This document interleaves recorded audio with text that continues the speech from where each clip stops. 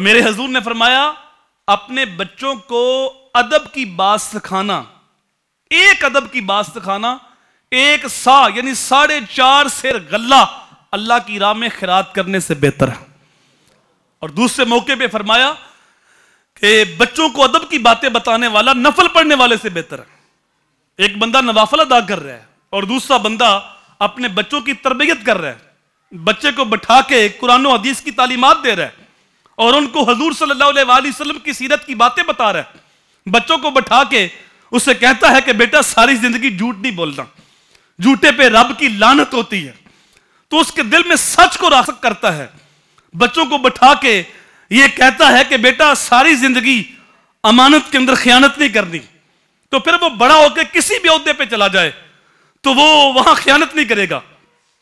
ایک بندہ مصلی بچھا کے نفل پڑھ رہا ہے اور دوسرا بندہ اپنے بچوں کی اچھی تربیت کر رہا ہے کہ مہمان آئے تو مہمان نوازی یوں کرتے ہیں، بڑوں کا احترام کرتے ہیں، وعدہ خلافی نہیں کرتے اور ساری زندگی نماز نہیں چھوڑتے، اپنی ذات پہ دوسروں کو ترجیح دیتے ہیں،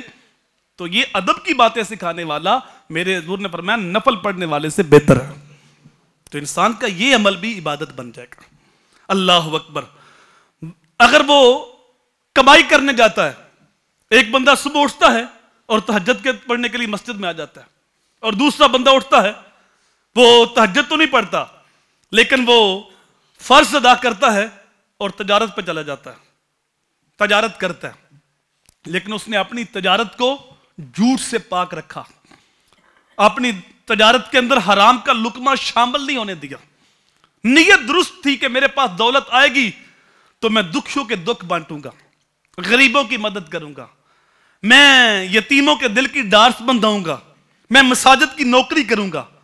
میں مدارس کی نوکری کروں گا، تو میرے حضور نے فرمایا التاجر الصدوق مال انبیاء یوم القیامہ، سچا تاجر کل قیامت کو نبیوں کے ساتھ اٹھایا جائے گا۔